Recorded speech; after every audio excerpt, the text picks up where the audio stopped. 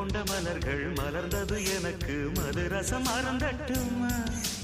விடுகின்ற வரையில் முடிகின்ற வரையில் கவிதைகள் எழுதட்டுமா முத்தம் என்ற கடலில் முத்து குளிப்போமா அழகு அழகு